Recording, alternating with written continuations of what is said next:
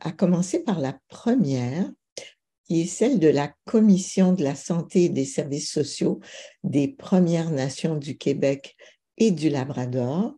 Alors, nous sommes ravis d'avoir comme première invitée Madame Marie-Pierre Paul, qui est conseillère en service à l'enfance et à la famille pour la Commission de la santé. Bonjour. Oui. Comment allez-vous? Ça va bien, vous? Très bien, très bien. On est content de vous accueillir. Alors, vous savez sans doute que vous avez 10 minutes pour faire votre présentation, mais que les 10 minutes ensuite seront consacrées à un échange avec vous. Alors, quand vous êtes prête, nous le sommes. Merci. Donc, Koil Cassinou, bonjour à tous. Je me présente, donc, Marie-Pierre Paul. Je suis membre de la nation Innu-Piékouagami-Inuit de Mastéwiach.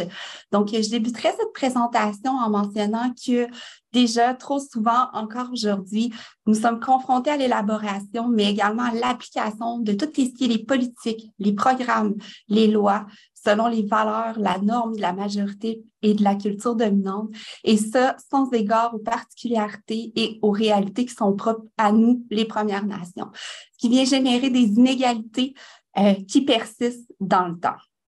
Donc, la Déclaration sur les droits des Premières Nations à l'autonomie et à la sécurisation culturelle qui a été adoptée à l'unanimité par les chefs de l'Assemblée des Premières Nations Québec-Labrador lors du Grand Rassemblement des Premières Nations en septembre dernier, vient rappeler que les Premières Nations ont le pouvoir d'adopter leurs propres politiques, leurs propres lois, mais également leurs propres règlements, dans le but d'assurer à leur population de se développer, mais également de recevoir des services publics auxquels elles ont droit, et ce, dans un environnement qui est culturellement sécurisant. Donc, les Premières Nations doivent être avant tout partie prenante dans l'ensemble du processus de prise de décision qui les concerne. Donc, aujourd'hui, pour moi, les audiences publiques des États généraux du travail social nous donnent l'occasion à nous, mais également à l'Ordre des travailleurs sociaux et des thérapeutes conjugaux et familiaux du Québec, de mener un processus de consultation qui est réel, mais de travailler également conjointement avec les Premières Nations avant d'élaborer, d'adopter et d'appliquer des mesures qui sont susceptibles de nous concerner. Donc, le premier volet que je souhaite aborder et qui doit se retrouver au cœur du processus et des pratiques en travail social est la sécurisation culturelle. Donc, la culture est au cœur de l'identité des Premières Nations. Elle est considérée comme le fondement de l'approche holistique puisqu'elle permet de promouvoir les savoirs des Premières Nations. Donc, les pratiques culturelles, mais également les pratiques traditionnelles qui vont se traduire par la transmission des savoirs, les cérémonies, de même que par la fréquentation également du territoire, viennent contribuer au mieux-être des Premières Nations et sont considérées également comme des facteurs de protection. Si on y va avec les données de 2022, c'est important de préciser que 50,92% des membres des Premières Nations au Québec vivent dans une communauté, mais que 49,08% des membres des Premières Nations vivent hors communauté. Par conséquent, il importe de mettre en œuvre un continuum de services global qui va venir s'appuyer sur des approches, sur des services qui vont être culturellement sécuritaires et dans lequel également les ordres professionnels québécois vont pouvoir reconnaître et accepter les approches médicinales, mais également tout ce qui touche les pratiques de soins qui sont conformes aux traditions autochtones. Ce continuum de services-là doit aussi être conforme aux réalités et aux priorités qui sont ciblées par les Premières Nations elles-mêmes dans tous les domaines d'intervention en travail social, que ce soit dans le Réseau québécois de la santé et des services sociaux, que ce soit dans tous les autres domaines où le travailleur social est appelé à œuvrer, qu'on fasse référence au secteur de l'éducation, de la sécurité publique, de la justice ou autre. Comme vient de préciser également le mémoire qui a été produit par la Commission de la santé et des services sociaux des Premières Nations, qui s'intitule « Les Premières Nations au cœur du processus pour une véritable approche de sécurisation culturelle et de respect des droits fondamentaux », La sécurisation culturelle doit être implantée au-delà des établissements de santé et de services sociaux. La sécurisation culturelle, mais également la gouvernance par et pour les Premières Nations sont des facteurs de protection pour contrer également la pauvreté et la négligence. Les Premières Nations sont les mieux placées ici pour déterminer leurs besoins, les besoins de leur population, mais également pour adopter les mesures qui vont être appropriées pour répondre à ces besoins qui sont identifiés. Le deuxième volet que je souhaite aborder avec vous porte sur la formation initiale et sur la formation continue, qui consiste pour nous en un pilier qui est essentiel au niveau du domaine du travail social. Tout ce qui touche la compréhension de l'histoire, de la culture, mais également des réalités des Premières Nations, doit se retrouver au cœur de la formation initiale du travail social et occuper une place centrale dans la formation continue également des professionnels. C'est nécessaire de venir ancrer au sein du travail social des standards de pratique qui vont être en concordance avec les réalités des Premières Nations. C'est essentiel aussi que les travailleurs sociaux, que ce soit ceux qui sont actuellement travailleurs sociaux, mais également ceux qui sont en devenir, qui acquièrent puis qui consolident ces compétences-là dans le but de fournir des services qui vont être de qualité, puis des services qui vont être respectueux également des cultures et des réalités des Premières Nations. Bien qu'il existe des structures qui vont être consacrées à la santé dans les communautés, les services qui sont requis par l'état de santé de la population sur communauté nécessitent parfois l'accès aux services dans le réseau public québécois. Donc, le professionnel peut à tout moment être appelé à travailler auprès de la clientèle des Premières Nations, peu importe son lieu de travail, peu importe son milieu d'intervention. Donc, tout ce qui touche également le cheminement, le parcours de vie de la personne aidée vont être influencés par la place particulière pour les Premières Nations qu'occupent les différents acteurs qui gravitent autour. Donc, on parle de la famille élargie, des aînés, de la communauté elle-même, mais également, ce sera influencé par tout ce qui touche la langue, le territoire, les savoirs, les traditions et nos valeurs. Donc, tous ces éléments-là sont interreliés et doivent être au cœur de l'intervention et de la recherche de solutions, toujours dans le but de venir garantir un système de santé, un système de services sociaux qui va respecter la vision des Premières Nations et qui va assurer la sécurité et le mieux-être de nos communautés. À travers ces éléments, le travailleur social doit également adopter une attitude qui va être empreinte d'humilité et se positionner dans un rôle d'accompagnant, de partenaire dans tout le processus d'apprentissage et de cheminement de la personne accompagnée plutôt que de se positionner dans un rôle d'expert. Les compétences et l'expertise des Premières Nations doivent être reconnues dans l'ensemble des réseaux également de partenaires. Les approches doivent tendre à valoriser les connaissances, les perspectives également des Premières Nations et l'approche de sécurisation culturelle ainsi que le modèle holistique. Quand on parle de l'analyse des situations psychosociales qui impliquent un membre des Premières Nations et pour lequel un professionnel du travail social va intervenir, tout ça devrait s'effectuer selon les références et les savoirs traditionnels des Premières Nations. Ces éléments-là doivent faire partie intégrante des politiques de prestation de services et non seulement envisagés comme un volet facultatif ou un volet distinct. Ce que je veux dire, c'est que, par exemple, il est inacceptable de voir dans un plan d'intervention d'un enfant qui va être retiré de son milieu familial et placé en milieu substitut en vertu, par exemple, de la protection de la jeunesse, que la continuité culturelle ou le maintien du lien culturel de cet enfant-là puisse tenir sur une ou deux lignes dans un plan d'intervention. Ça prend plus que ça nécessite l'implication de la famille élargie, la prise en compte des différents aspects culturels, comme par exemple la mise en place de moyens concrets qui vont permettre à l'enfant de maintenir les liens avec sa famille élargie, sa langue, son territoire, etc.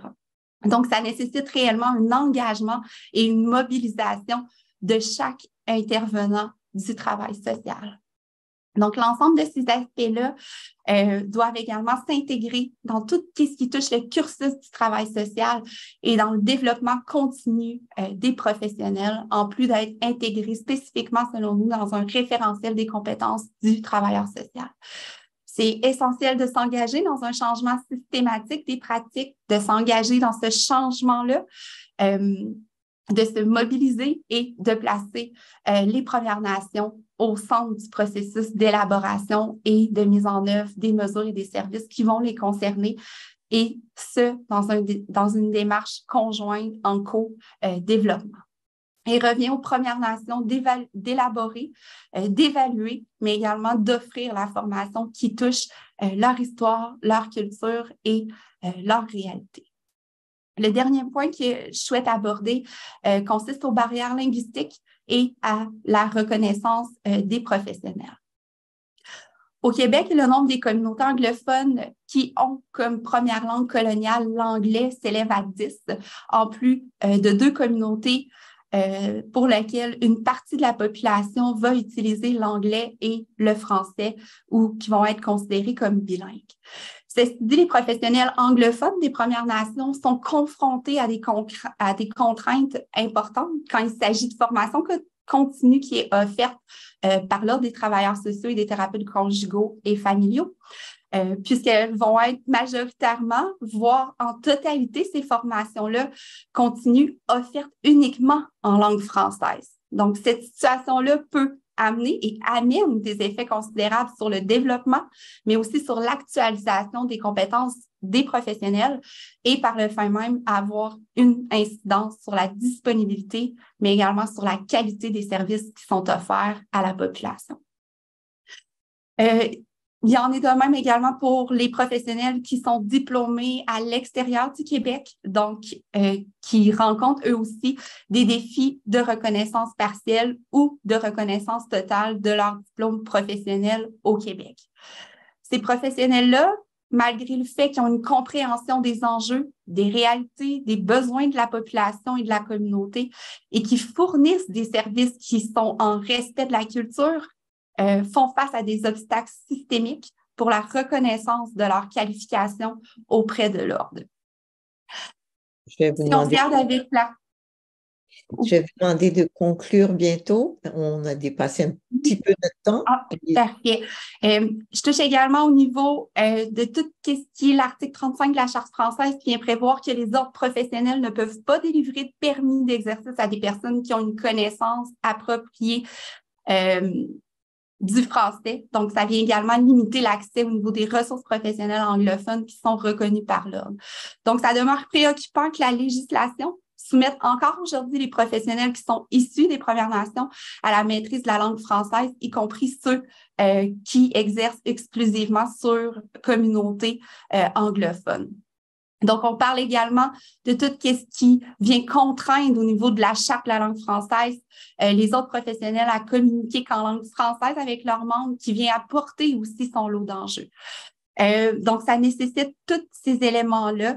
Si on prend également au niveau de la règle qui exige que le professionnel, Première Nation ou allochtone, doit résider au sein de la communauté pour obtenir une dérogation aux exigences d'ordre linguistique, c'est également un enjeu majeur.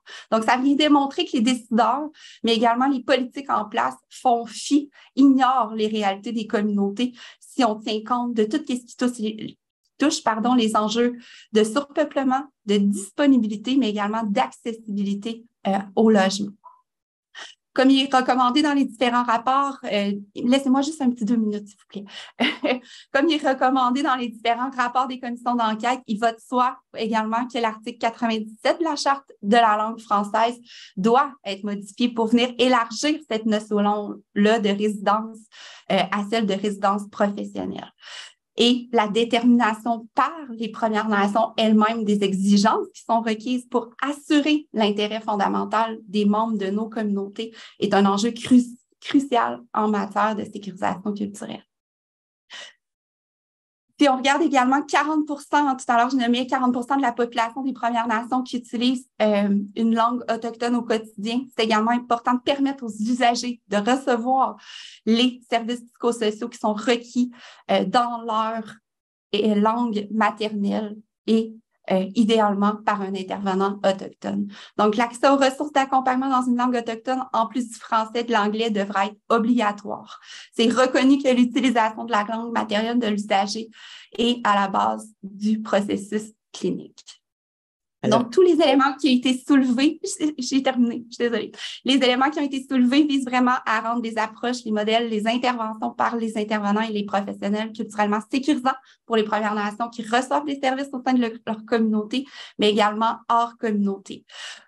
N'oublions pas que la sécurisation culturelle peut être vue comme un processus, mais que ça consiste avant tout en un résultat qui est défini et vécu par ceux qui vont recevoir les services en question. Donc, on invite l'Ordre des travailleurs sociaux, des thérapeutes conjugaux à collaborer avec nous, les Premières Nations, mais également à nous soutenir dans l'exercice de nos droits, dans les démarches vers une pleine autonomie, mais aussi à entamer une démarche d'élaboration conjointe pour la suite des travaux. Donc, c'est le moment de façonner ensemble, conjointement, le travail social avec la voix, la reconnaissance, la présence, mais également l'apport des Premières Nations. Merci. Merci, Madame Paul. Et vous ne le savez peut-être pas, mais il y a d'autres communautés qui sont venues devant ces audiences et vraiment, il y a comme énormément de recoupement dans vos demandes. Il est impossible de ne pas en tenir compte, vraiment. Et donc, je vais laisser peut-être d'abord Nadine Voland vous poser la première question. Merci pour votre présentation. On aura peut-être un petit peu moins de temps pour la discussion, mais on va s'arranger. Allez-y, Nadine. Bonjour, Madame Paul. Écoutez, je pense que ça a été une très belle présentation qui a fait un très bon tour d'horizon des enjeux Premières Nations. Moi, j'avais une question à vous poser concernant les États généraux. Il faut comprendre que les États généraux sont là pour dessiner et orienter justement les travaux à venir en matière de la pratique en travail social. Et moi, je voulais vous entendre sur la reconnaissance des compétences Premières Nations. Comment voyez-vous dans la démarche qu'on est actuellement où on peut mettre en perspective cet élément-là? Est-ce que vous pouvez m'en dire davantage? Mm-hmm. En fait, c'est vraiment de pouvoir venir ancrer ces compétences-là, un peu comme je nommais tout à l'heure. On est souvent à vouloir valider les travaux, de venir consulter les communautés Premières Nations en matière de différents sujets, mais rarement on est dans un travail de co-développement où on va s'asseoir ensemble puis on va élaborer au niveau des programmes de formation, au niveau des formations continues, etc. Donc, je crois que la base, l'ancrage premier serait justement au niveau de la recommandation de pouvoir s'asseoir ensemble, de co-développer tout ce qui touche le volet Premières Nations, les approches, les interventions qui seraient à préconiser de par les intervenants au sein des communautés, mais également à l'extérieur des communautés, parce que comme je l'ai nommé tout à l'heure, c'est pas seulement sur communauté qu'un intervenant va travailler en partenariat avec un membre des Premières Nations, mais vraiment dans tous les domaines du travail social. Donc, c'est vraiment dans une optique de co-développement, de le faire ensemble et éviter justement ce processus-là où on consulte et après on arrive avec des travaux qui sont déjà finalisés et qu'en tant que Première Nation ou d'organisation Première Nation, on a un rôle de validation et non un rôle de construction et de co-développement. Réponse très claire. Ouais. J'aurais peut-être une autre oui, allez-y, question. madame. Oui, bien. On a eu des échanges un peu plus tôt avec d'autres présentateurs. Je voulais voir quelle était peut-être la vision de la Commission par rapport à l'accompagnement des Premières Nations pour acquérir les compétences en matière de l'exercice, soit du travail social ou de l'intervention. Est-ce que vous avez quelque chose à nous dire là-dessus? Mais je ferai un petit parallèle avec les travaux du comité de travail sur lequel on siège au niveau de la loi 21 qui est venue modifier le code des professions. Donc, on est en processus présentement avec les autres nations au niveau des Cris et des Inuits. Donc, dans ces travaux-là, on regarde pour justement développer quelque chose qui est fait pour et par les Premières Nations et qui va pouvoir développer les compétences au niveau des activités réservées pour que les intervenants autochtones puissent exercer ces activités-là au sein des communautés, au sein de leur population, puisqu'ils détiennent les compétences culturelles. Donc, au niveau des compétences qui sont davantage cliniques par rapport aux activités réservées, je crois qu'il y a d'y aller également avec une optique de mentorat, d'accompagnement, mais de faire ensemble et non faire pour. Donc, vraiment faire avec les Premières Nations et arrêter de faire pour. Donc, c'est vraiment dans tout l'appui de ces démarches-là. Absolument. D'accord. Denis Bourque, auriez-vous une question pour Mme Paul?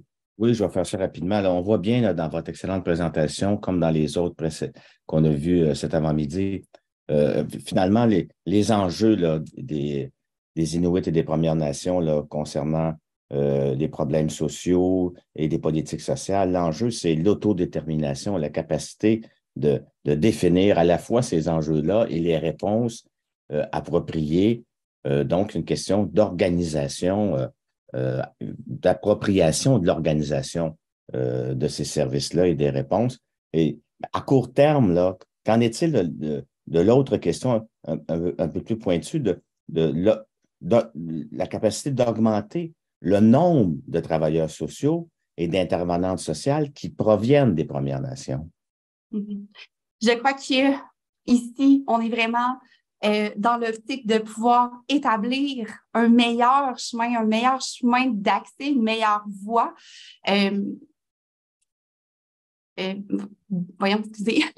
Une meilleure voie d'accès à la profession du travail social pour faciliter le recrutement des intervenants sur communauté. On en a plein d'intervenants communautaires qui sont là. Ils n'ont seulement pas le bac, la reconnaissance, le saut qui est nécessaire, mais qui ont les compétences culturelles, mais également les compétences aussi qui ont développé sur le terrain d'un point de vue clinique pour pouvoir intervenir. Donc, je crois que de venir établir ce chemin-là d'accès va venir faciliter le recrutement d'acteurs qui vont être compétents, mais qui vont être autochtones. Et ça va vous permettre également, pas vous permettre, mais de permettre à l'ordre des travailleurs sociaux de devenir en soi comment je pourrais dire, un modèle pour les autres ordres professionnels en mettant ça en place. Autre chose, Denis? Ça va? Nadine? Ça va? Écoutez-moi. Je m'excuse, Madame Mémon. J'ajouterais juste également par rapport à tout ce qu'on a dit au niveau de la reconnaissance des compétences, les activités réservées, etc. Je pense que c'est nécessaire de reconnaître nos droits et non pas seulement de nous permettre d'exercer nos droits. Donc, cette reconnaissance-là de nos droits. Oui, c'est une précision importante. Moi, la question que j'avais en tête en lisant votre mémoire, c'était vraiment d'essayer de comprendre ce que vous demandiez comme collaboration conjointe de l'ordre, mais vous y avez répondu de façon très éloquente. Alors, je pense qu'on arrive peut-être à un moment charnière où il y a un peu plus d'oreilles ouvertes et que les discours provenant des Premières Nations sont extrêmement clairs et argumentés et ne peuvent pas être ne pas entendus. Alors, vraiment, je vous remercie de votre présentation. On a bien compris les enjeux et c'était très clair. Et comme je vous disais, il y a un vrai continuum dans les demandes qui sont faites. Donc, ça veut dire qu'elles sont appuyées et vraiment qu'elles prennent naissance dans les communautés. Je vous remercie de cette... Merci. Bonne journée à vous. Au revoir. Bonne journée. Bye bye.